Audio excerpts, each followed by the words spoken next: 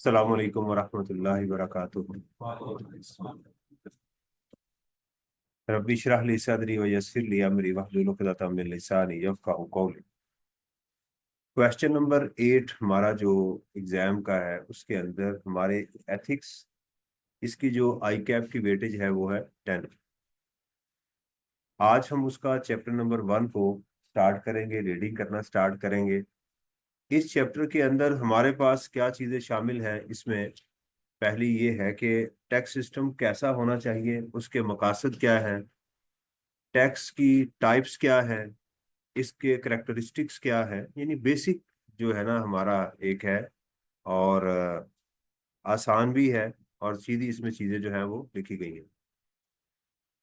हमारे जो चैप्टर 1 और 3 है वो आई कैप की बुक से है, बाकी तमाम चैप्टर्स हम खालिद साहब की बुक से करेंगे। और बिजनेस के एरिया में अपने नोट्स आपको दूंगा जहां से हम उसको वो कंप्लीट करेंगे। फर्स्ट ऑफ ऑल हमारे पास है जी ऑब्जेक्टिव्स ऑफ टैक्स लॉस। कानून का मकसद क्या है, टैक्स लॉस क्यों बनाए जाते हैं, उसका ऑब्जेक्टिव क्या है।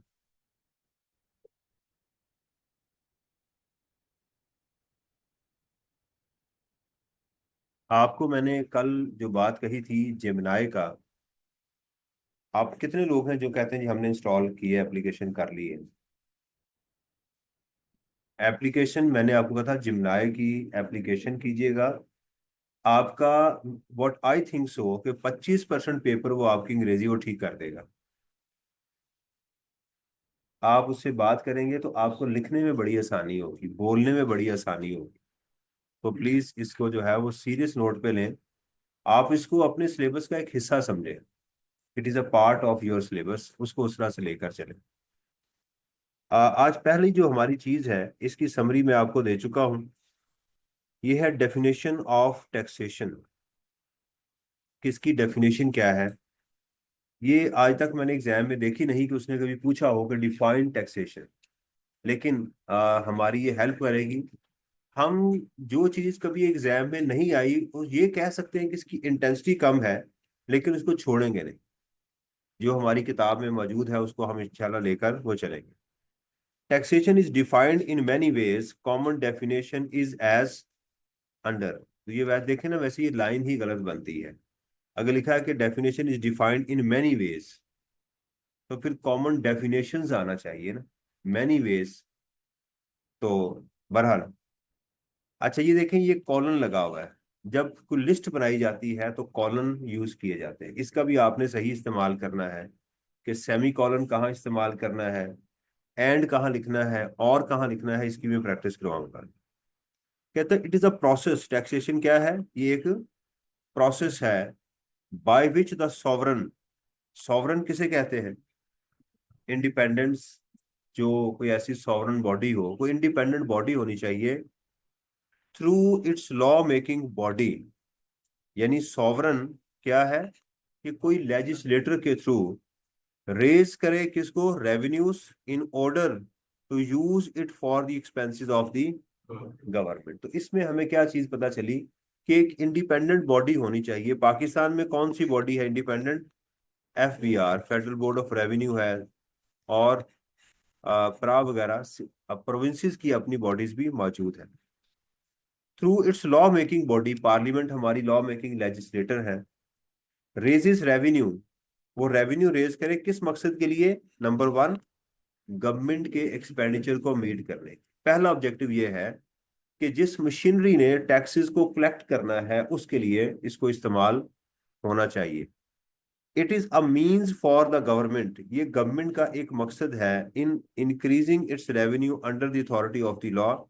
इसका असल ये है purposely use to promote welfare and protection of the citizens. दो चीजें यहां पर कही गई हैं कि सिटीजन की प्रोटेक्शन और इस टैक्स का मकसद। यानी सबसे पहला मकसद क्या है कि गवर्नमेंट अपने आप को चलाए, और दूसरा मकसद क्या है कि अपने सिटीजन जिनसे टैक्स ले रहे हैं उन्हीं के ऊपर लगना चाहिए। उनकी प्रोटेक्शन, जैसे पाकिस्तान में हमारी प्रोटेक्शन है, हमारी सरहदों की प्रोटेक्शन है, पुलिस हमारी प्रोटेक्शन करती है, राइट, चोरों से, डाकुओं से, सब लोगों से हमारी प्रोटेक्शन होती है। और क्या है, वो कैसे प्रोटेक्शन दे रही है? इनकी सैलरियां, इनकी गाड़ियां, इनके बच्चों की फीसें, सब कुछ गवर्नमेंट इनको प्रोवाइड करती है। कौन दे रहा है ये? Tax payer. राइट, तो हम इनको गाड़ियां प्रोवाइड करते हैं, हम इनको सहूलियात देते हैं ताकि वो क्या करें, हमें प्रोटेक्ट करें। राइट, तो हमें वो प्रोटेक्ट अच्छी तरह करते भी हैं। अक्सर तो हम घरों में रह लेते हैं प्रोटेक्ट होने के लिए कि अच्छा यार बाहर ना ही निकले तो ज्यादा बेहतर होगा। और वेलफेयर, दो तरह की वेलफेयर, एजुकेशन की और हेल्थ की। मेरे हेल्थ के इश्यूज को भी रिजॉल्व करें और मेरी वेलफेयर को, मैं उसकी जो है मेडिकल को भी रिजॉल्व करें। फिर तीसरी चीज है, it is a collection of the share of the individual and organisational income. ये इदारे और लोग मिल के जो है अपना शेयर देंगे। इसको बेनिफिट प्रिंसिपल भी कहते हैं कि जितना ज्यादा कोई इस मुल्क को इस्तेमाल कर रहा है उतना ज्यादा वो अपना शेयर भी पे करेगा। By government under the authority of the tax law. तो तीन बातें हमें अगर मिले, हम इसको डिफाइन अपने तौर पर भी कर सकते हैं।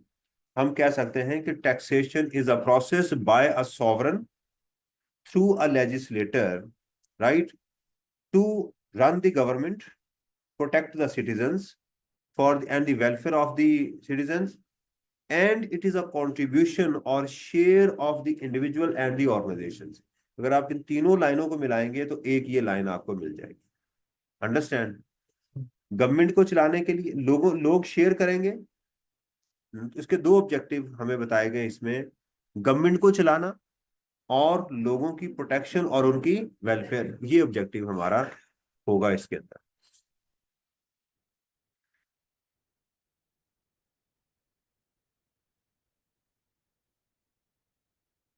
Thank you.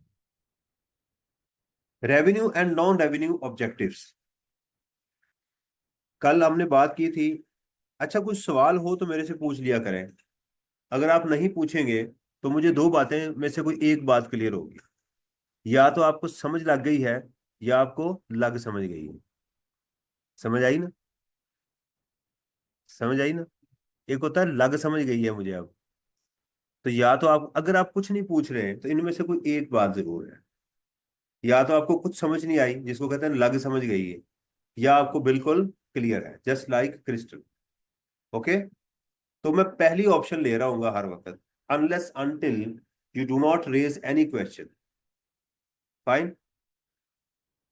कहते जी, पहले है जी रेवेन्यू और नॉन रेवेन्यू। सबसे ज्यादा इंपॉर्टेंट इसमें ये वाली चीज है जो पेपर में बार बार रिपीट हो चुकी हुई है। Please I request you to bring your notes with you so that you can mark during my lectures.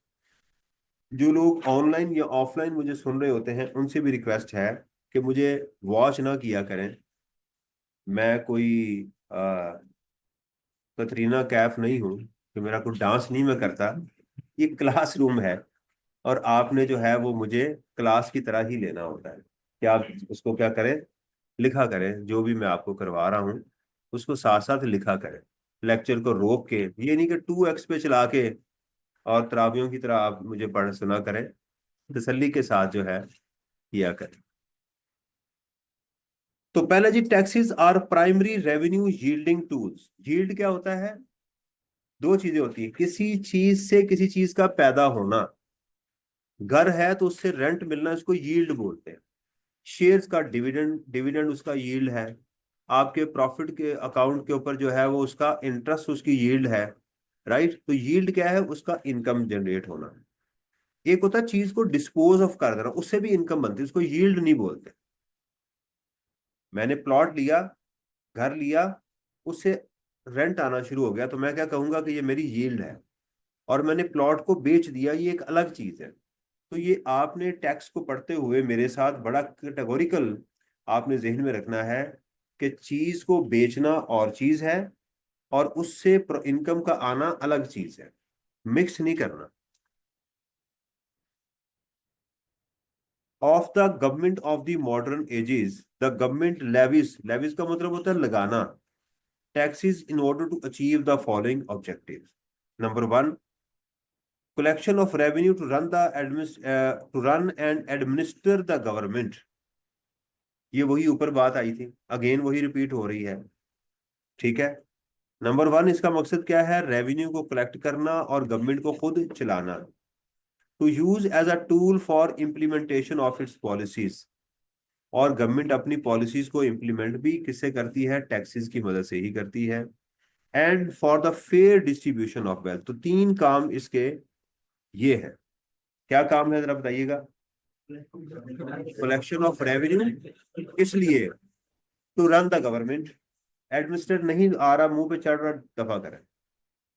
Collection of revenue for to run the government and for the implementation of policy and fair distribution.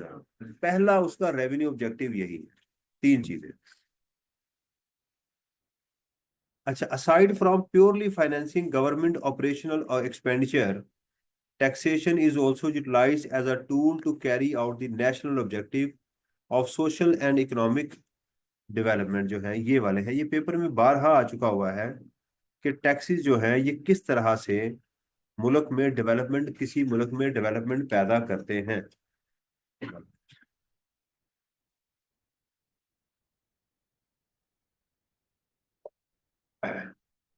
देखिएगा, number one, पहला ये है कि taxes की मदद से Sikh industry को benefit मिलता है। पहला ऑब्जेक्टिव क्या है? Strengthened anaemic enterprises. एनेमिक कहते हैं खून की कमी को, ये टेक्निकल वर्ड है। सिख इंडस्ट्री कर सकते हैं आप, Sikh industry by granting them tax exemptions और अदर कंडीशंस और इंसेंटिव्स। खाली इंसेंटिव भी लिख देंगे तो लफ्ज पूरा हो जाएगा आपका, ये लिखते हैं। To provide incentives them to grow, उनको इंसेंटिव दिया जाए ताकि वो क्या करें? ग्रो करें। जब लफ्ज अंग्रेजी का टू आएगा तो इसके बाद कभी भी आपने सेकंड या थर्ड फॉर्म नहीं लिखनी, ना आईएनजी लिखना है। इसके बाद फर्स्ट फॉर्म आती है, is, are, am, was, were, be, been वगैरह आएगा तो इसके बाद या तो आईएनजी आएगा या थर्ड फॉर्म आएगा। ये भी ज़हन में रखना। इज के बाद या तो पास्ट पार्टिसिपल यानी थर्ड फॉर्म आ रही होगी या आईएनजी आ रहा होगा, इसकी भी एहतियात करनी। ठीक है जी। तो पहली चीज है कि सिख इंडस्ट्री को एग्जेम्पशन प्रोवाइड करना ताकि वो ग्रो करें। Number two, protect the local industry against foreign competition by increasing local import taxes. ये आजकल बेहतरीन एग्जांपल आपको नजर आ रही है कि ट्रम्प भाईजान क्या कर रहे हैं, टैक्सेस पे टैक्सेस वो लगाई जा रहे हैं, ऊपर से चाइना भी लगाई जा रहा है।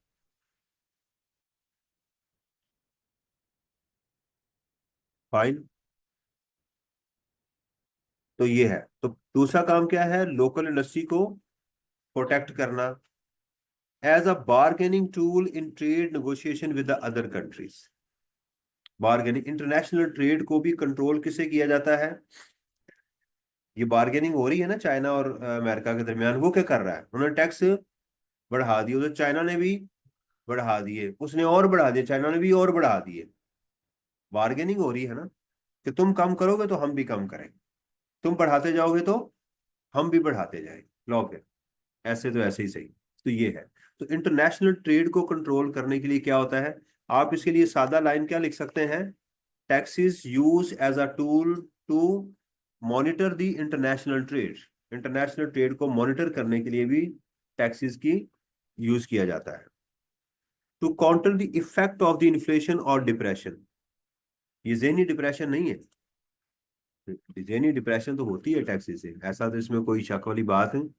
इन्फ्लेशन को कंट्रोल करने के लिए भी टैक्सेस का यूज किया जाता है।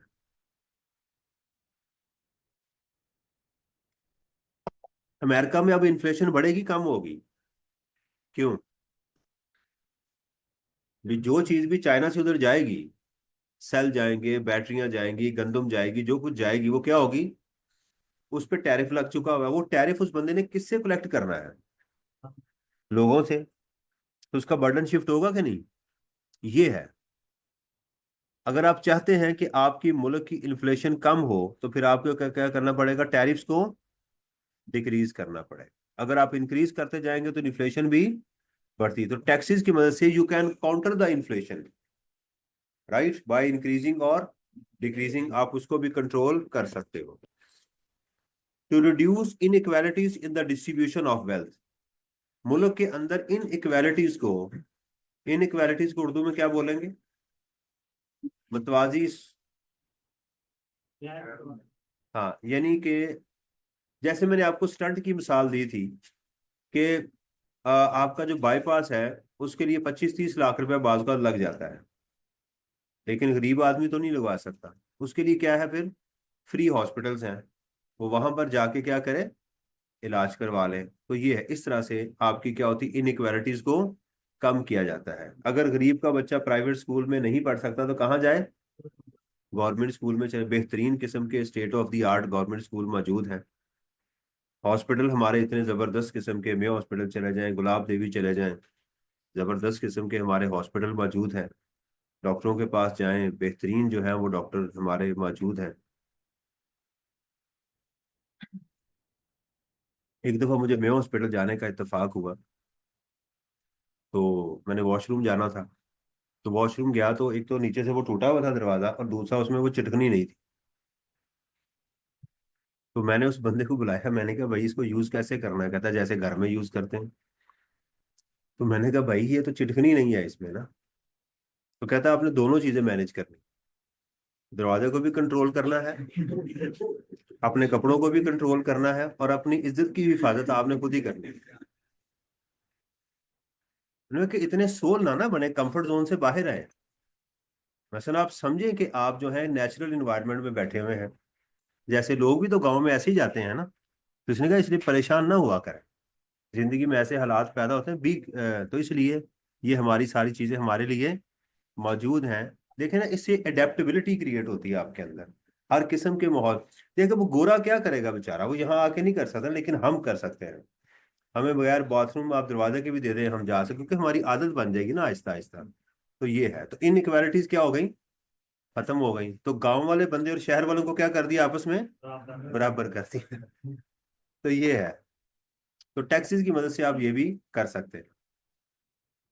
To promote science and invention, science और इन्वेंशन को क्या करते हैं, इसके लिए एजुकेशनल जो है वो स्कॉलरशिप्स दी जाती हैं, ताकि, वैसे हमारा तजुर्बा यही है कि हायर एजुकेशन कमीशन जिन लोगों को भी ये देता है ना ग्रांट्स, वो वापस पाकिस्तान आते ही नहीं। कोई जर्मन जा रहा है, कोई इंग्लैंड जा रहा है, कोई अमेरिका जा रहा है, मकसद ये होता है कि भाई आप पैसे लें, वहां से जाके रिसर्च को सीखें और पाकिस्तान में आके वो इम्प्लीमेंट करें। तो वो नॉर्मली ये लोग वापस आते हैं, कुछ देर काम करते हैं उनकी रिक्वायरमेंट के मुताबिक, उसके बाद इन्ना लिल्लाहि व इन्ना इलैहि राजिऊन, फिर वो चले जाते हैं। ये कैमरा भी बार बार बंद हो ही जा रहा है।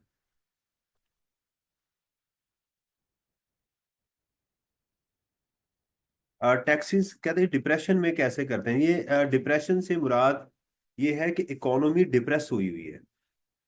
यानी ये नहीं कि मेरे अंदर डिप्रेशन आई और मैं जो है वो टैक्स की मदद से मेरी डिप्रेशन दूर हो जाएगी। डिप्रेशन जैसे आजकल मुल्क के अंदर हमारे ये मसाइल बने हुए हैं, आजकल गवर्नमेंट इसको कैसे कंट्रोल कर सकती है, टैक्सेस को कम कर दें। यही हो सकता है ना, टैक्सेस को क्या करें, कम कर दें, ताकि लोगों को रिलीफ मिले। गैस पे टैक्स को कम कर दें, बिजली के ऊपर टैक्स को कम कर दें, और खासकर जो हमारी खाने वाली जरूरियात जिंदगी की चीजें हैं उनके ऊपर टैक्सेस को खत्म कर देना चाहिए तकरीबन। क्योंकि भाई अगर आप उनको खत्म नहीं करेंगे तो वो महंगी हो जाएंगी। हमारे एक दोस्त है, उन्होंने बड़ी अच्छी मुझे बात की, उन्होंने कहा इमरान ये जो गंदम और चावल चीजें होती हैं इनको कीड़ा क्यों लगता है? तो मैंने कहा कीड़े से पूछे, मुझे क्या पता भाई। बड़ी जबरदस्त उन्होंने बात की, उन्होंने कि अल्लाह ताला ने, क्योंकि इसके बगैर इंसान का गुजारा नहीं था, तो अल्लाह ताला ने इसको कीड़ा लगा दिया कि लोग इसको होल्ड ना कर सकें। मुझे याद है कि जब ये रमजान शुरू हुआ था तो स्ट्रॉबेरी 100 रुपये पाव थी, अब 50-60 रुपए किलो बिक रही है। ऐसे ही है ना, तो क्या हुआ, गरीबों तक भी पहुंच गई। क्योंकि अगर इसको सेव करना आसान होता तो इसकी कीमत शायद गोल्ड से भी ऊपर चली जाती। लोग देते ही ना किसी को खाने के लिए, तो मजबूरन इनको क्या करना पड़ता है फिर, आवाम को देना, क्योंकि उसकी होल्डिंग कॉस्ट बहुत ज्यादा होती है। आपको फ्रीजर में रखना पड़ता है, बहुत सारी मेहनत करनी पड़ती है। तो ये वजह है। तो डिप्रेशन के अंदर ये हो सकता है कि आप उसको वो कम कर दिया जाए।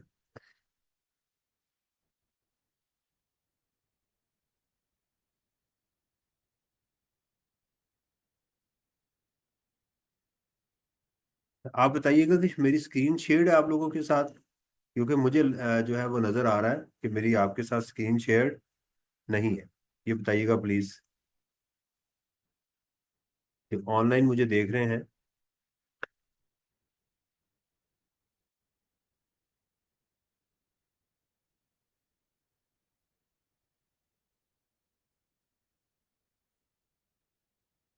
जी ठीक है जी। To implement laws which eliminate, law कोई implementation which eliminate discrimination among various elements in the market, और कानून की एप्लीकेशन ताकि मार्केट के अंदर एलिमिनेशन उसको क्या किया जाए, कंट्रोल किया जा सके। डिस्करेज सर्टन अनडिजायरेबल एक्टिविटीज, जैसे मैंने आपको एग्जांपल क्या दी थी इसकी, सिगरेट की, कि आप सिगरेट को कंट्रोल कर सकते हैं, आप इंपोर्ट को कंट्रोल कर सकते हैं, एक्सपोर्ट को कंट्रोल कर सकते हैं। यानी आप चाहते हैं कि ये एक्टिविटी ना हो, उस पर टैक्स लगा दें। आज आप बर्गर के ऊपर टैक्स लगा दें, आज आप सैंडविचेस के ऊपर टैक्स लगा दें, पिज्जा के ऊपर हाई टैक्स लगा दें, लोग खुद ही ठीक हो जाएंगे। वैसे हम इंशाल्लाह ठीक तो नहीं होंगे, ज्यादा और इस्तेमाल करते हैं। अवॉइड किया करें इन चीजों से। ये चीजें जिसमें मैं ना फ्री रेडिकल्स पैदा करती हूँ, जो कैंसर का सबब बनना शुरू हो जाता है। जी क्या समझ आइए आपको? नॉन रेवेन्यू क्या है? नंबर वन, ये सॉरी, नॉन रेवेन्यू हमारे क्या है? नंबर वन क्या है इसका ऑब्जेक्टिव? सिख इंडस्ट्री को प्रमोट करना, और हाँ, सिख इंडस्ट्री को कंट्रोल करना, और लोकल इंडस्ट्री को स्ट्रेंथन करना। ठीक है। और इंटरनेशनल ट्रेड है हमारे पास, इन्फ्लेशन को टैकल करना, और इक्वल डिस्ट्रीब्यूशन ऑफ वेल्थ जो है, ठीक है, इक्वल डिस्ट्रीब्यूशन ऑफ वेल्थ उसको देखना, साइंस को प्रमोट करना, राइट, लॉ की इम्प्लीमेंटेशन, और इसके बाद क्या है, डिस्करेजिंग सर्टन एक्टिविटीज। तो आप ऐसे कोई अल्फाज भी बना सकते हैं याद करने के लिए। आप इसमें देखिएगा कि SLIESD, तो लफ्ज अगर आपको समझ आ जाए तो बनता है तो बना लीजिएगा। लाइज भी बनता है, ठीक है, लाइज डी, जो भी आप इसको देखना चाहें। तो बहरहाल ये हमारे क्या है, नॉन रेवेन्यू ऑब्जेक्टिव्स हैं जो टैक्स से यूज। रेवेन्यू, मैंने आपको रेवेन्यू तीन ही हमारे इसमें मौजूद है चीजें। रेवेन्यू में हमारे यही है, गवर्नमेंट को चलाना, लोगों से पैसा लेना, गवर्नमेंट को चलाना, और इम्प्लीमेंटेशन ऑफ पॉलिसीज का वो करना। अच्छा, ये जो चीज है, जो आपको यहाँ पर चीजें नजर आ रही हैं, ऑब्जेक्टिव्स और टैक्स लॉस जो है, ये दो तीन दफा पेपर में आ चुका हुआ है। लेकिन ये तब हम कर सकेंगे जब हम इनकम टैक्स और सेल्स टैक्स को पढ़ लेंगे। यानी ये किताब में इस जगह होना ही नहीं चाहिए थी ये एक्टिविटी। इसको हम रिविजिट करेंगे जब हम बाकी लॉज को पढ़ लेंगे, फिर आपको समझ आएगी कि ये क्या लिखा हुआ है, इसका मकसद क्या है, क्योंकि अभी हमने ये चीजें पढ़ी नहीं ना। जीरो रेटिंग अब आपने पढ़ा ही नहीं है अभी। लेकिन ये पेपर में दो दफा मैंने इसको देखा है कि एज इट इज ये टेबल यूज हुआ हुआ है। नेक्स्ट आ गया जी, taxes as a means of development. टैक्सेस से मुल्क में डेवलपमेंट पैदा होती है। ओके, टैक्सेस से मुल्क में क्या होती है, डेवलपमेंट होती है। Taxes are one of the main source of development. This is not because revenue collected by the state is used on development projects. Rather, taxes can be used in many different ways for development of the country. Some example. अब इतनी लंबी कहानी तो नहीं हम paper में लिखेंगे। अगर वो पूछता है कि जी taxes can be use as a development of the country, please elaborate, या give four ways in which taxes can be use as a development, तो हम यही लिखेंगे, following are the ways by which taxes can be develop a country. बस ये लिखेंगे इतनी। जो आपको टेक्स्ट मिल रहा होता है ना, ये नॉर्मली कहीं से उठाया हुआ है, कहीं से लिखा हुआ है, वो एक एलेबोरेशन होती है। हम ब्रीफ लिखते हैं पेपर के अंदर उसके मार्क्स के अकॉर्डिंगली। देखिए कितनी चीजें हैं इसमें, एक दो तीन चार पांच और छह। The government can declare some areas as tax free zone, industrial zone और इकोनॉमिक जोन। क्यों? एग्जेम्पशन प्रोवाइड करें। आप किसी एरिया में क्या करें, एग्जेम्पशन। डेवलपमेंट कैसे होगी? बड़ा आसान तरीका है। देखिए मैं आपको बताता हूं कि ये पॉलिटिशियन पैसा बनाते कैसे हैं। ये पॉलिटिशियन कैसे पैसा बनाते हैं। एक जगह एक बैरन लैंड है, जमीन बड़ी बंजर पड़ी हुई है, वो 500 रुपये मरला है, 500 रुपये केनाल मिल रही है। ये क्या करते हैं, वहां अच्छा खासा जो है ना वो जगह खरीद लेते हैं। 500 है तो 1000 रुपया दे दिया, 1000 है तो 2000 दे, डबल पैसे दे के चीज पहले खरीद लेते हैं। उसके बाद क्या करते हैं कि गवर्नमेंट के कुछ प्रोजेक्ट्स वहां पर ले जाते हैं उस इलाके में, और उसको टैक्स फ्री जोन बाजुकात कर देते हैं कि जो बंदा यहाँ इंडस्ट्री लगाएगा उसके ऊपर क्या होगा, उससे टैक्स नहीं देना लिया जाएगा। इससे क्या होगा, अपनी इंडस्ट्री भी वहां ले जाते हैं, टैक्स फ्री हो गई। ठीक है, पहले ही जगह उन्होंने बाय की हुई है। फिर चूंकि यहां तक काम, इसको एक इंडस्ट्रियल जोन दे दिया गया, यहां पर रोड कौन बना रहा है? नहीं, मैं और आप, हमारे पैसों से वहां तक रोड भी पहुंचा दिया जाता है, करोड़ों अरबों रुपया लगा के वहां तक। तो किसी चीज को डेवलप करने के लिए इंफ्रास्ट्रक्चर चाहिए। वहां मस्जिद बना दी आपने, वहां नहरें पहुंचा दी, रोड्स पहुंचा दिए, सब कुछ कर दिया। जब गवर्नमेंट के डिपार्टमेंट चले जाएंगे तो क्या होगा, वहां पर लोग भी तो आएंगे ना, काम भी करने वाले आएंगे। फिर वो अपने छोटे छोटे घर बनाने शुरू कर देंगे, उन घरों के लिए वहां शॉप्स खुलनी शुरू हो जाएंगी। ठीक है, तो ये एरिया क्या होगा, जैसे ही ये एरिया डेवलप होगा, ये 1000 से 10 लाख रुपए मरला जमीन चली जाएगी। और वो क्या करेंगे, उतनी देर में टैक्स के अंदर एक कानून पास कर दिया जाएगा कि जिसकी जमीन 5 साल के बाद बेची जाएगी उस पर टैक्स जीरो हो जाएगा। समझ आ रही है? तो जब 1000 की जमीन अब वो कितने में बेचेंगे, 10 लाख रुपए में। और कितनी खरीदी होगी, 500 कनाल, 600 कनाल। तो अरबों रुपया जो मिलेगा, उस पर टैक्स लगना था, वो भी एग्जाम्प्ट करवा लेंगे। राइट? तो होगा क्या कि ऐसे लगेगा जैसे पूरे मुल्क के लिए कानून है, लेकिन उस खास एरिया के लिए क्या किया जाएगा, वो बना दिया जाएगा। ये होती है डिस्क्रिमिनेशन की जाती है लॉ के अंदर। और वो एरिया डेवलप होता है, फिर किसी और एरिया को फोकस करेंगे, वहां तक रिसोर्सेज पहुंचाएंगे और उसको डेवलप कर लेंगे, फिर उसको बेचेंगे, फिर इस तरह से। तो आप उनको सारी उम्र नहीं पकड़ सकते। कैसे पकड़ेंगे? वो कहेगा बिल्कुल यही है, ये देखे मेरे पास कागजात, ये मैंने जमीन खरीदी थी, ये मैंने बेची है, ये कानून ये कहता है। कानून बनाने वाले कौन है? आप। खरीदने वाले कौन है? आप। सारा कुछ करने वाले तो आप है। लेकिन उसको डेवलप किसके पैसों से हुआ? मेरे पैसों से। उसको ये किया गया। तो बहरहाल ये चीज है। द गवर्नमेंट कैन डिक्लेयर सम, मैंने एक इस तरह ऑडिट किया तो मैंने देखा कि उस ऑडिट के अंदर किसी गांव में बहुत सारी जमीन आ रही जिसकी मुझे समझ नहीं आ रही। तो मैं उनसे पूछता था कि ये आपने जमीन क्यों खरीदी है गांव के अंदर? तो बस यार ऐसे दिल किया मैंने खरीद ली। तो फिर जब वहां एयरपोर्ट बना ना, तो फिर मुझे समझ आई, ये ऐसे ही नहीं खरीदी उन्होंने। तो जैसे ही वो एयरपोर्ट बन गया, तो सारी चांदी क्या सोना हो गई सारी, वो कहाँ से कहाँ चली गई। तो ये है।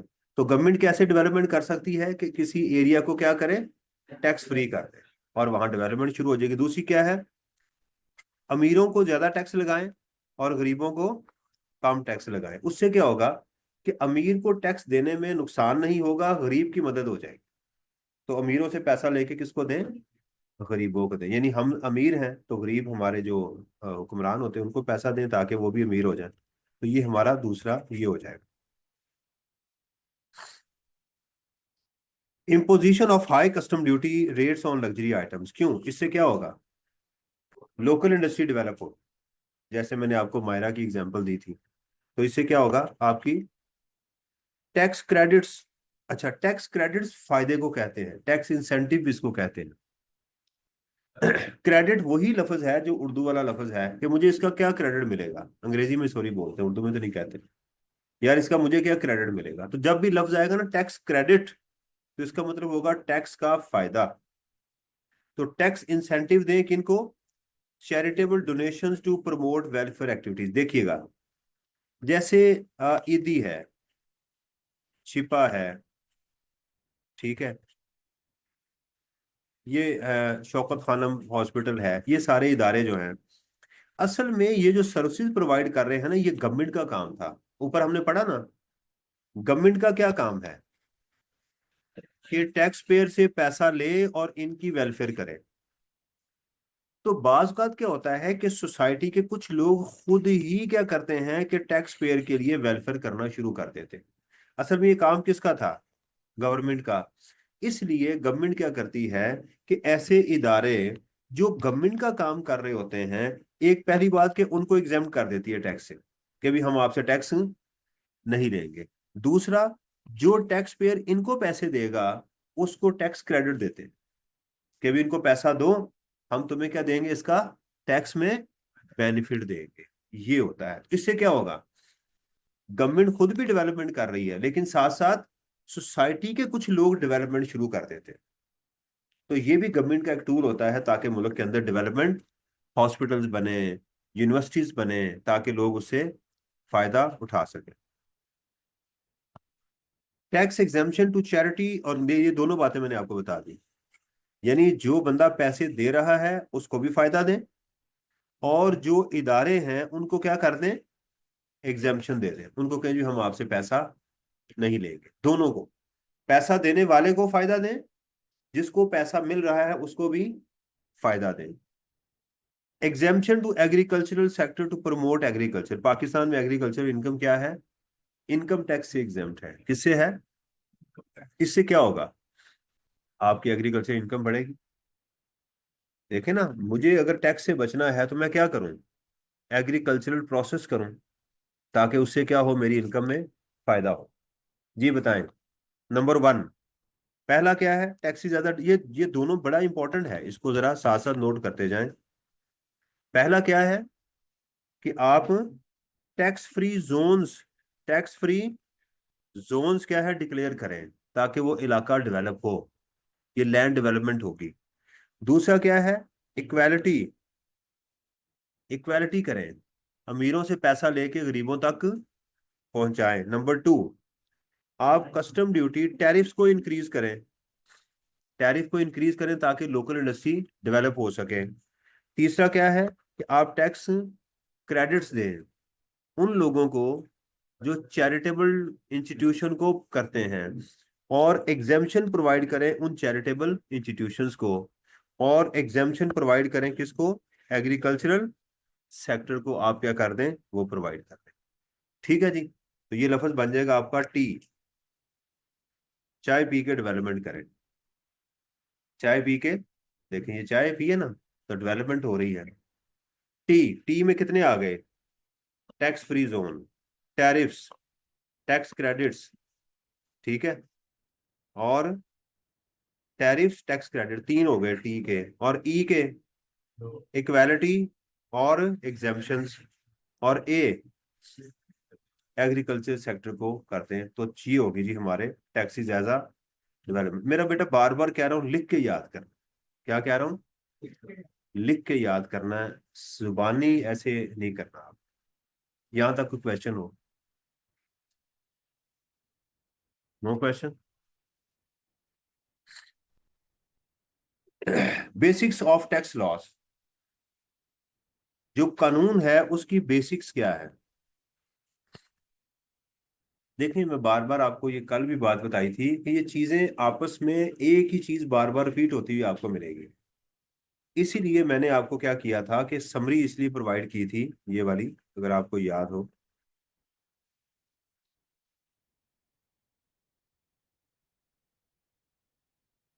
ये देखिएगा कि आपके सामने ये जो नजर आ रहा है ना, ये कुरान पाक की आयत है, फा इन्ना मल उसरी युसरा। ये देखिएगा, फा कहते हैं पस को, इन्ना बेशक, कसम खाने के लिए भी इस्तेमाल होता है कि बेशक, मा साथ को कहते हैं, साथ होना, पस बेशक, साथ है किसके? उसर के साथ, युसर, उसर कहते हैं मेहनत को। ठीक है, यहाँ हार्डशिप है, इसका मतलब हार्डशिप नहीं है, हार्डशिप सख्ती को कहते हैं। देखिए एक बात याद रखें कि अरेबिक जुबान को कोई भी जुबान सही एक्सप्लेन नहीं कर सकती, उसको खुद ही समझना होता है कि ये क्या चीज है। उसर कहते हैं किसी काम को मेहनत के साथ, लगन के साथ, उसकी जो नहज है उस तक पहुंचाना, ये होती है। जाहिर बात है मेहनत करनी पड़ती है। तो यहाँ अल्लाह ताला, ये अल्लाह ताला का कलाम है, मेरा तो नहीं है ना। तो जाहिर बात है कि जो अल्लाह ताला बात कहेंगे उसको कोई रोकने वाला है जो पूरी ना करने दे। तो अल्लाह ताला हमारे उसर, उसर जो है यानी मेहनत के बाद क्या मिलेगी आपको, युसर, आसानी मिलेगी। सीए कर लेंगे, जाहिर बात है कि जिंदगी आपकी अच्छी गुजरना शुरू हो जाएगी दुनियावी लिहाज से, गुनाहों से भी बचना शुरू कर देंगे। अच्छा, फिर यहाँ बात खत्म नहीं हुई, फिर अल्लाह ने दोबारा क्या कहा, इन्ना। फिर अल्लाह को क्या जरूरत है ये बात एक दफा कहने की, बात मुकम्मल हो गई। फिर फरमाया कि इन्ना बेशक मा साथ है उसर के साथ युसर। मिसाल बहुत छोटी सी आपको देता हूँ। सच बोलना तंगी पैदा करता है अक्सर, जब आप फंसे हुए हों, आज घर से निकले कॉलेज के लिए, कॉलेज आए नहीं।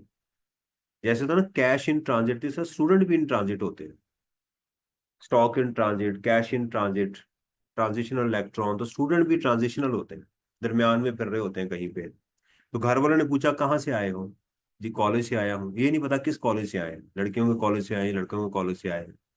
तो ये झूठ है ना। लेकिन आपको तंगी तो हुई, फिर आपने क्या किया, युसर में चले गए, तो फिर उसर ही मिलेगी आपको। अगर आज आपने आसानी वाला फैसला किया, झूठ बोला, तो फिर क्या मिलेगी। अभी आपने अपने ऊपर तंगी के साथ कह दिया कि जी मामा आज मैं जो है, मैं कॉलेज नहीं गया, यहाँ से निकला हूँ, मौलवी साहब को देखने का मेरा कोई मूड नहीं था, तो मैं आज जो था मौसम भी बहुत अच्छा था इसलिए मैंने पढ़ने का कोई प्रोग्राम नहीं बनाया। स्टूडेंट की भी जी फिलॉसफी होती है। एक दिन वो कहेगा सर नहीं पढ़ना। आज क्यों नहीं पढ़ना, सर मौसम ठीक नहीं है, गर्मी बड़ी है। अच्छा, तो फिर जब उसको कहा जाता है कि आज क्यों नहीं पढ़ना, सर आज मौसम बहुत अच्छा है, सर आज भी पढ़ना ही है। तो दोनों सूरतों में इस तरह से आता है। तो बेटा ये बात हमेशा ज़हन में रखनी है कि ये अल्लाह का इस दुनिया का मॉडल है कि उसर के साथ क्या है, युसर है। आज इजराइल हमें जो धो रहा है, धोबी की तरह जैसे हमें धो रहा है, उसकी वजह यही है, उन्होंने उसर बर्दाश्त की है एक अरसा तक। आज भी डेवलपमेंट कर रहे हैं, आज भी रिसर्च कर रहे हैं, वेपन्स बना रहे हैं, माल इकट्ठा कर रहे हैं, और पूरी दुनिया का इंटरनेट, पूरी दुनिया का मीडिया कंट्रोल किया हुआ है। हमारी तरह इंसान है, वही उनका खालिक है, हमारा भी वही है। हमने गलत रास्ते को अडॉप्ट कर लिया, उन्होंने दुनियावी लिहाज से सही रास्ते को अडॉप्ट कर लिया। हमने अपने दिल को खुश करने के लिए अब ये कह दिया कि यार उन्होंने सीखी तो हमसे ही है ना सारी चीजें, मुसलमानों से ही गोरों ने सब कुछ सीखा हुआ है। बस इतनी बात कह के हम अपनी उस हड हरामी के ऊपर फिर हमें डूब मरना चाहिए। अगर हम आज ये क्लेम करते हैं कि उन्होंने हमसे सीखा है, तो फिर हमें डूब मरने का मुकाम है हमारे लिए कि हम नहीं सीख सके। 1400 साल पहले हमारे नबी ने हमें जो कुछ बताया, अगर आज उन्होंने अडॉप्ट कर लिया है, मैं तो इस बात को नहीं मानता कि उन्होंने आप सल्लल्लाहु अलैहि वसल्लम की तालीमात से सीखा हुआ है। सीखते तो फिर कलमा भी पढ़ लेते। उन्होंने खुद अपने एक्सपेरिमेंट के बाद ये बात सीखी है कि यार नहीं, सच्चाई में ही है, मेहनत के बगैर कोई गुजारा नहीं है, आसानी वाला रास्ता उसमें कोई भी खैर नहीं है। लेकिन हम उनको, एक तो हम हड हराम है, और दूसरा उन पे भी इल्जाम लगा रहे हैं कि इन्होंने हमसे सीखा है। हमसे कैसे सीख लिया भाई। हमसे सीखते तो क्या सीखते, ऊपर अच्छा फल रखो, नीचे गंदा फल रखो। हमसे तो ये सीखते, हमसे तो ये सीखते कि 1 किलो दूध को 2 किलो कैसे करना बगैर दूध के। हमसे तो ये सीखते कि जनाब नमक में पत्थर कैसे डालना है। हमसे तो ये सीखते कि बहनों को हिस्सा कैसे मारना है। हमसे सीखना होता तो बारात बनाते कि लड़की को लेने भी जा रहे हैं और 400 बंदा भी जा रहे हैं कि खाना खाएंगे इनसे जाके। हरामी हरामी पुना तो ये सीखना चाहिए उनको हमसे, कि लड़की को लेने भी जा रहे हैं और क्या कर रहे हैं, वहां से टिका के खाना भी खा रहे और उससे माल भी लेकर आएंगे। उससे माल भी, ये सीखना चाहिए, माल भी लेकर आएंगे। और 2 जगहों पर कुरान पाक पढ़ा जाएगा वहां। एक निकाह से पहले, जैसे ही निकाह होगा कुरानी आयात पढ़ी जाएंगी, उसके बाद जो है वो ढोल ढमक्के शुरू होंगे, और आखिर में बाबुल की दुआएं लेती जा और कुरान पाक रख के जनाब उसको जनाब वो स्लिप डाउन कर दिया जाएगा, okay thank you very much, have a nice day, अल्लाह हाफिज। आगे, और वही बहन जब वो अपना हिस्सा लेने आएगी तो उसको गालियां दी जाएंगी। यही है ना। तो ये नहीं उन्होंने सीखा हमसे, और जो चीज हमने सीखनी थी वो उनको सिखा दी। तो अल्लाह ताला हमें हिदायत दे। तो ये है कि बेटा इसी को ही, यही मॉडल है। ये 3-4 साल अच्छे गुजार लेंगे मेहनत के साथ, तो बाकी लाइफ अच्छी हो जाएगी। समझ आ रही है? आज मैं भी अपनी आसूदगी के साथ लाइफ ना गुजार रहा होता, और अगर मैं क्या होता, मैं भी आसान जिंदगी गुजार लेता। मैंने भी अपने रात दिन खराब किए, सारा कुछ किया, लेकिन आज अल्हम्दुलिल्लाह खुश हूँ। अल्लाह का करम है कि अच्छी जिंदगी गुजार रहा हूँ। तो ये ठीक हो जाएंगी चीजें, वक्ती तौर पर हमें करना ही है, मुझे भी करना है और आपको भी करना है। बेसिक्स ऑफ टैक्स लॉ जो है, ये कैनन्स आपने पढ़े होंगे वेल्थ ऑफ नेशन के अंदर, उसने बताई थी। मैं इसको दोबारा बहुत ज्यादा नहीं लेबोरेट करूंगा। एक उसने कहा जी, इक्वालिटी होनी चाहिए, अमीरों को ज्यादा टैक्स लगाएं, गरीबों को। सर्टेनिटी होनी चाहिए, टाइम, वक्त, कौन, अमाउंट, सब कुछ सर्टन होना चाहिए। पैसे लेते हुए लोगों की आसानी पैदा करें, किस्तें बनती हैं किस्तें ले लें, आसान सोर्सेज उनको दें ताकि वो कर लें। इकोनॉमी ऑफ कलेक्शन, जो पैसा इकट्ठा कर रहे हो उसको इकट्ठा करने के लिए खर्चा कम होना चाहिए, कम से कम खर्चा होना चाहिए। ये है इकोनॉमी ऑफ कलेक्शन जो है। ये आपने चार चीजें हमारे पास ये मौजूद है। प्रिंसिपल, असूल क्या है किसका? लेवी ऑफ टैक्स, टैक्स को लगाने का असूल क्या है? वो कौन कौन से असूल जो है? 3 असूल हमें बताए गए हैं। मैं बार बार बता रहा हूँ कि चीजें वही तकरीबन आएंगी। सिर्फ हमें एग्जाम में ये देखना होगा, मेहनत ये होगी, क्या मेरे से principle for levy of taxes पूछा जा रहा है या principle of a sound system पूछा जा रहा है। दोनों में फर्क है। ठीक है, यहाँ हमारी एक मजबूरी ये होगी कि हमें एग्जाम में देखना पड़ेगा। एक है principle for levy of taxes, आगे जाके आएगा principles of a sound tax system, आगे आएगा प्रिंसिपल्स ऑफ अ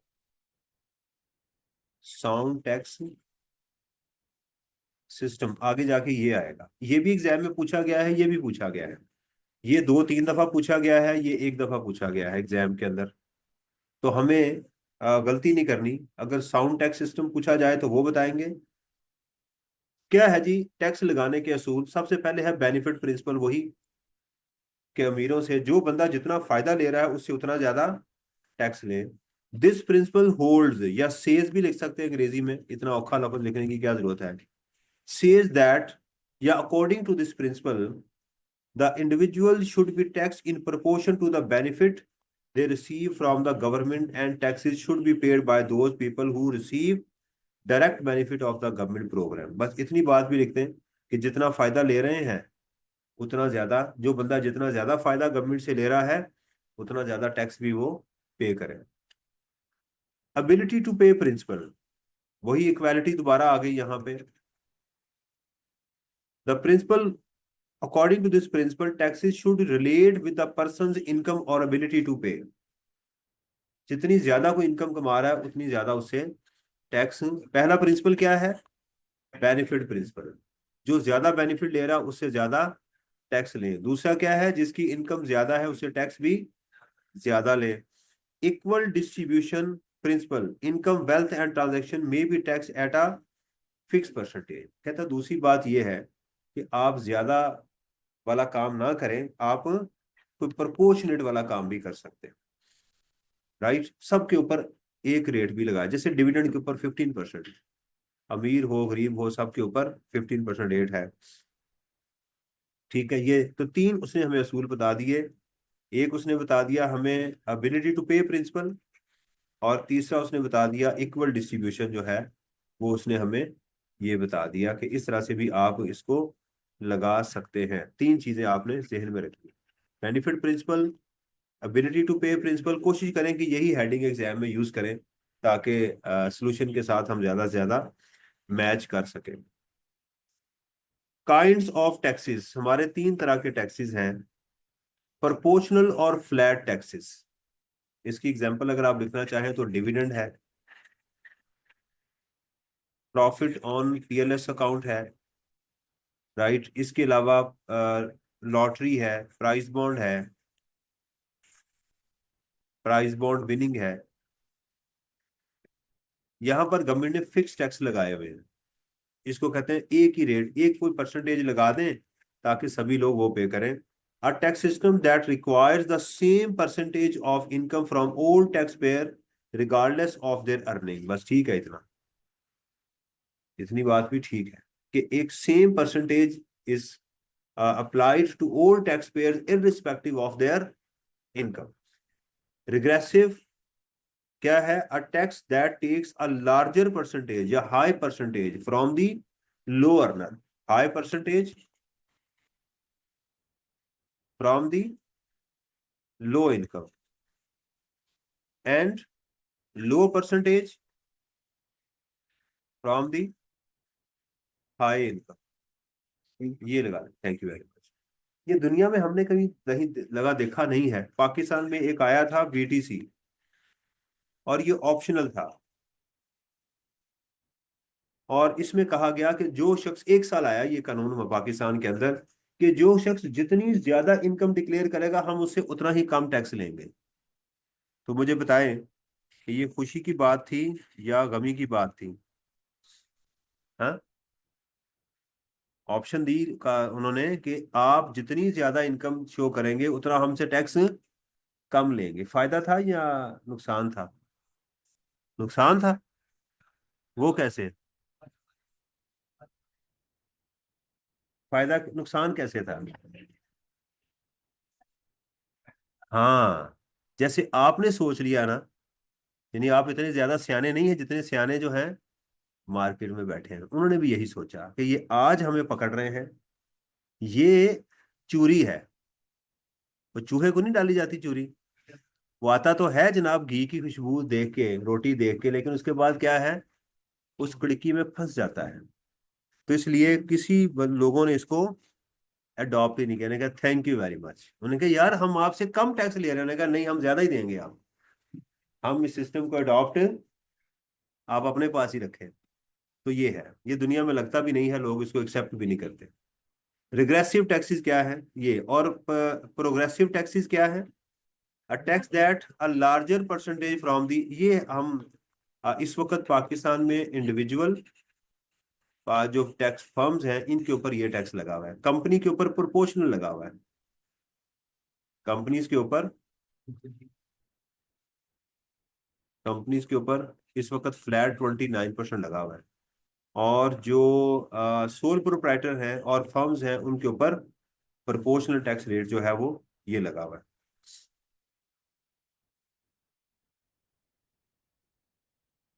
मैं अभी रीडिंग कर रहा हूँ क्योंकि कल हम सारा ये कर चुके हैं, इसलिए जस्ट मैं इसको रीड कर रहा हूँ।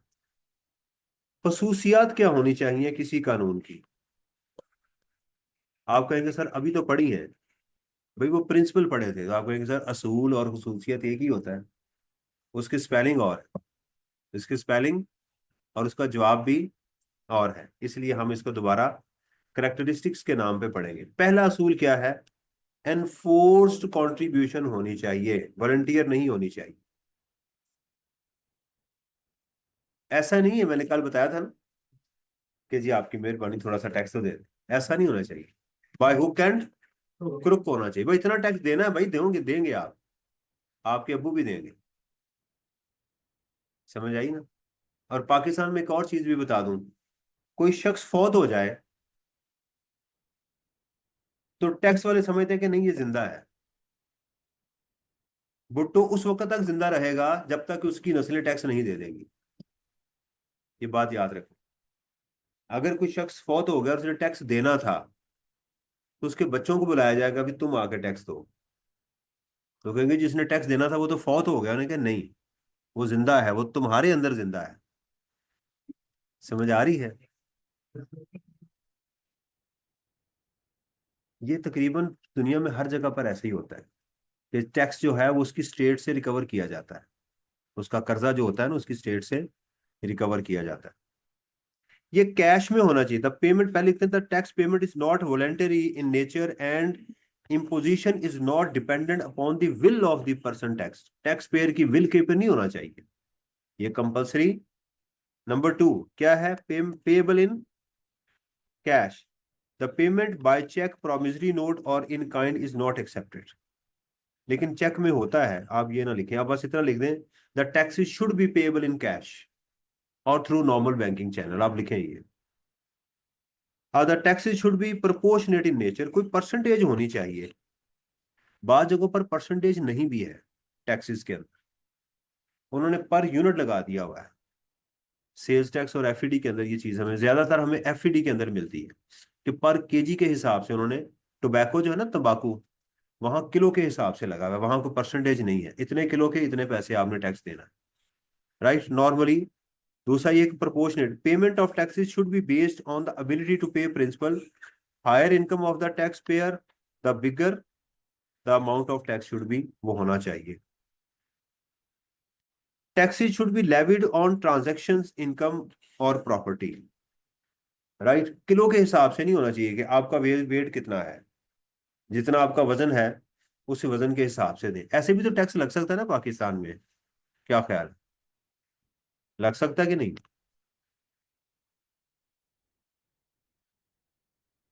ये मैं कल बता दूं। टैक्स ऐसे भी लगाया सकता है कि किसी शख्स का वजन करके लगा दिया जाए कि भी आप गोश्त मटन जो है आप 2600 रुपये किलो है, तो आप तो इंसान अशरफुल मखलूकात हैं, तो 5000 रुपये पर केजी आपको टैक्स देना है। तो आपको हर साल बुलाया जाए, कोई स्केल हो, उसके ऊपर आपको आपकी पूरी फैमिली को गुजारा जाए, बच्चे भी सब मिला के बिठा के जितने बने उसको 5000 से मल्टीप्लाई करके जी टैक्स जमा करवा दें। बच्चे भी कम हो जाएंगे इंशाल्लाह, और लोग भी पतले हो जाएंगे। राइट, 2 दिन से फाका काटेंगे वजन पे जाने से पहले, बहुत सारे फायदे जो हैं आपको वो भी मिल जाएंगे। ऐसा नहीं होना चाहिए, ये किसी इनकम या ट्रांजैक्शन पे लगना चाहिए। Tax is levied by the state, ये सॉवरन बॉडी को लगाना चाहिए, इसको आप दुकानों पे नहीं बेच सकते। Right, has a jurisdiction over the person, jurisdiction कहते हैं हदूद। पाकिस्तान के अंदर पूरे पाकिस्तान के इन्होंने सेक्टर बनाए हुए हैं। ठीक है, हर सेक्ट के अंदर टैक्स डिपार्टमेंट बैठा हुआ है और वही उनको डील करता है, दूसरे डिपार्टमेंट नहीं करते। ये जुरिस्डिक्शन कहते हैं इसको, हदूद कहते हैं उर्दू में इसको। जुरिस्डिक्शन दो तरह की होती है, एक फिजिकल जुरिस्डिक्शन होती है, इलाकाई जो होता है, और एक जो है आपकी लीगल जुरिस्डिक्शन होती है। लीगल जुरिस्डिक्शन क्या होती है कि आप किस हद तक कानून की एप्लीकेशन करवा सकते हैं, उसको लीगल जुरिस्डिक्शन कहते हैं। आपने कभी रोड पे ट्रैवल करते हैं देखा, हदूद थाना ग्वाल मंडी शुरू हो गया है, हदूद थाना गुजरांवाला शुरू हो गया है, फलां फलां, तो वो बताते हैं कि यहां से हमारी फिजिकल जुरिस्डिक्शन इसकी शुरू हुई। Right, tax is levied by the law making body of the state, ये हम ऑलरेडी पढ़ चुके हैं, स्टेट लगाएगी और किसी बॉडी के थ्रू वो लगाएगी। The tax is levied for the public, ये किसके लिए होना चाहिए? पब्लिक के लिए होना। तो करेक्टरिस्टिक्स क्या हुए फिर इस हमारे पास, करेक्टरिस्टिक्स हमारे पास क्या हुए? एक बच्चे ने सवाल किया है सर, प्रोग्रेसिव टैक्सेस में प्रोपोर्शनल होती है। आज एक बच्चे ने सवाल किया है कि टैक्सेस के अंदर प्रोपोर्शन होती है जी, वहां भी रेशो होती है लेकिन रेशो बढ़ती जाती है। इनका सवाल ये है कि रेशो होती जी, रेशो जो है वो क्या हो रही होती है, बढ़ती जा रही होती है। मैं आपको पास पेपर मैंने शायद आपको दिखाया था, मैं अगर दोबारा आपको दिखाऊंगा पास पेपर, ये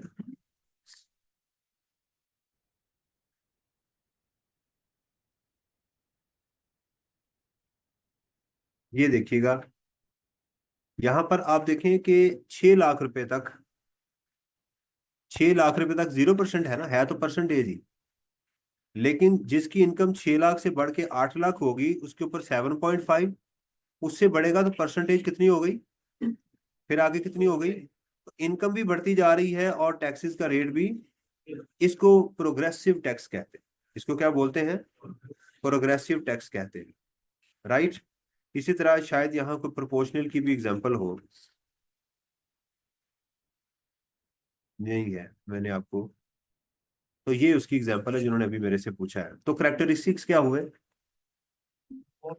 टैक्स का करेक्टर लूज नहीं होना चाहिए, लूज करेक्टर का मालिक नहीं, लोगों के लिए लगाएं। और क्या होना चाहिए? वॉलंटियर नहीं होना चाहिए, एनफोर्स हो। राइट, कैश में पेमेंट होनी चाहिए, प्रपोर्शन होनी चाहिए, किसी ट्रांजैक्शन पे लगना चाहिए, स्टेट खुद लगाए और अपनी किसी बॉडी के थ्रू इसको इम्प्लीमेंट करे। ये था जी हमारा आज का इशू। ठीक है, तो इंशाल्लाह बाकी इसको नेक्स्ट हम डिस्कस करेंगे जी।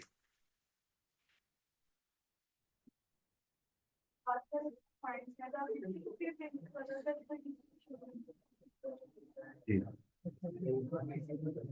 हम मैंने बताया आपको, कल भी बताया था कि ये चीजें रिपीट हो रही हैं डिफरेंट टाइटल्स के साथ। डिफरेंट टाइटल्स के साथ चीजें वही आपको बार बार रिपीट होती हुई मिल रही है सेम ही है, बिल्कुल सेम है। अच्छा, कल का सुन लीजिएगा। कुछ मुझे काम है पर्सनल, तो कल मैं छुट्टी करूंगा। नेक्स्ट वीक से हम 6 डेज अ वीक शुरू कर देंगे। कल का दिन जरा मैं कह रहा हूँ कि कुछ मेरे काम है, ताकि वो मैं कंप्लीट कर लूँ आसानी के साथ। फिर इंशाल्लाह मंडे को आपसे मुलाकात होगी। आपकी असाइनमेंट ये है कि आपने ये चैप्टर कंप्लीट पढ़ के आइएगा। जितना पढ़ाया उसको याद कीजिएगा, बाकी को रीड करके आइएगा, ताकि हम इसको आसानी से कंप्लीट कर सके। फिर इसके हम पास पेपर को करेंगे, फिर देखेंगे कि सवाल आएगा कैसे। असल हमारा काम वही होगा। ठीक है जी, अस्सलाम वालेकुम वरहमतुल्लाहि वबरकातुहू।